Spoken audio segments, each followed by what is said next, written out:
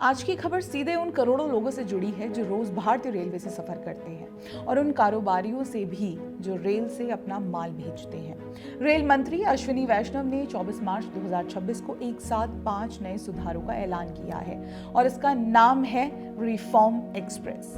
साल 2026 में अब तक कुल 9 रिफॉर्म्स आ चुके हैं और ये सिलसिला रुकने वाला नहीं है। तो चलिए शुरू से समझते हैं एक एक करके। नमस्कार, मैं हिमांशी, स्वागत है आप सभी का द पैम्फलेट में। पहले बात करते हैं नमक की। जी हाँ, नमक। भारत दुनिया के सबसे बड़े नमक उत्पादकों में से एक है। हर साल देश में करीब 3.5 करोड़ टन नमक बनता है, जिनमें से लगभग 92 लाख टन रेल से ट्रांसपोर्ट होता है। गुजरात, राजस्थान और तमिलनाडु, ये 3 राज्य सबसे ज्यादा नमक बनाते हैं। अब सोचिए, नमक को खुले वैगन्स में भेजा जाता था, ऊपर से तिरपाल ढकते थे, फिर भी बारिश का पानी घुस जाता था। नमक की वजह से वैगन्स में जंग लग जाती थी, बार बार लोडिंग अनलोडिंग से नुकसान होता था और कॉस्ट बढ़ती थी। ये सब पुरानी कहानी थी। अब रेलवे ने इसका हल निकाला है। स्टेनलेस स्टील के कंटेनर जो ऊपर से भरे जाते हैं और साइड में हाइड्रोलिक मैकेनिज्म से खाली होते हैं। ये कंटेनर सीधे नमक उत्पादन की जगह पर रखे जाएंगे, वहीं भरे जाएंगे,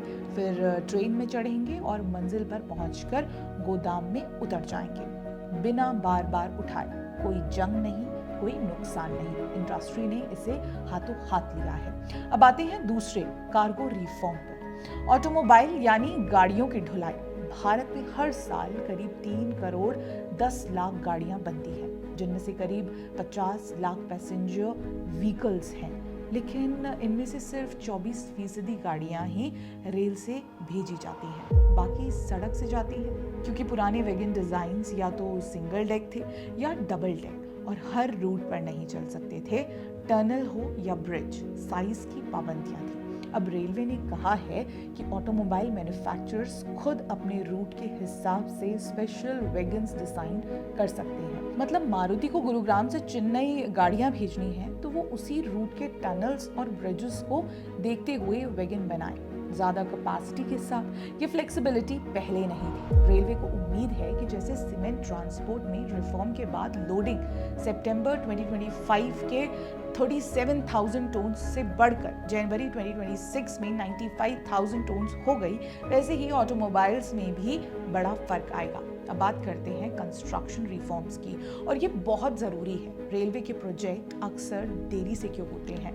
ठेकेदार बड़ा कॉन्ट्रैक्ट ले लेते हैं, फिर 70% काम किसी छोटे सब कॉन्ट्रैक्टर को दे देते हैं, जिसे ना एक्सपीरियंस है ना रिसोर्सेज। अब ये लिमिट घटाकर 40% कर दी गई है, यानी कॉन्ट्रैक्टर को खुद कम से कम 60% काम करना होगा। इसके अलावा अगर कोई कंपनी एस्टिमेटेड कॉस्ट से 5% से ज़्यादा कम बिड लगाए, यानी प्रीडेटरी बिडिंग करे ताकि कॉन्ट्रैक्ट मिले, बाद में विवाद हो तो उसे एक्स्ट्रा 5% परफॉर्मेंस गारंटी देनी होगी।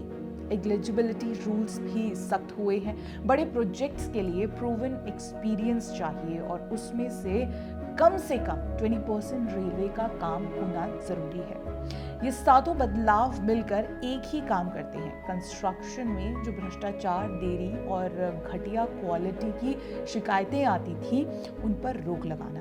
अब आते हैं उस रिफॉर्म पर जो आप सबको सबसे ज्यादा अफेक्ट करेगा, टिकट और यात्री सुविधा। तत्काल टिकट्स की ब्लैक मार्केटिंग एक बड़ी समस्या रही है। बोट्स और सॉफ्टवेयर की मदद से एजेंट्स सेकेंड भर में टिकट्स बुक कर लेते थे। रेलवे ने पहले ही आधार, OTP वेरिफिकेशन और बोट डिटेक्शन टेक्नोलॉजी लाई और IRCTC से करीब 3 करोड़ फेक अकाउंट्स हटाए गए। अब एक और बड़ा बदलाव आया है, कैंसलेशन की टाइम विंडो बदली है। पहले 48, 12 और 4 आवर्स पहले कैंसिल करना होता था, अब ये 72, 24 और 8 आवर्स हो गए हैं। इसका मतलब है कि लास्ट मिनट स्पेकुलेटिव बुकिंग्स, यानी देखते हैं, टिकट रखते हैं, ज़रूरी नहीं हुई तो कैंसिल करेंगे, ये गेम मुश्किल हो जाएगा।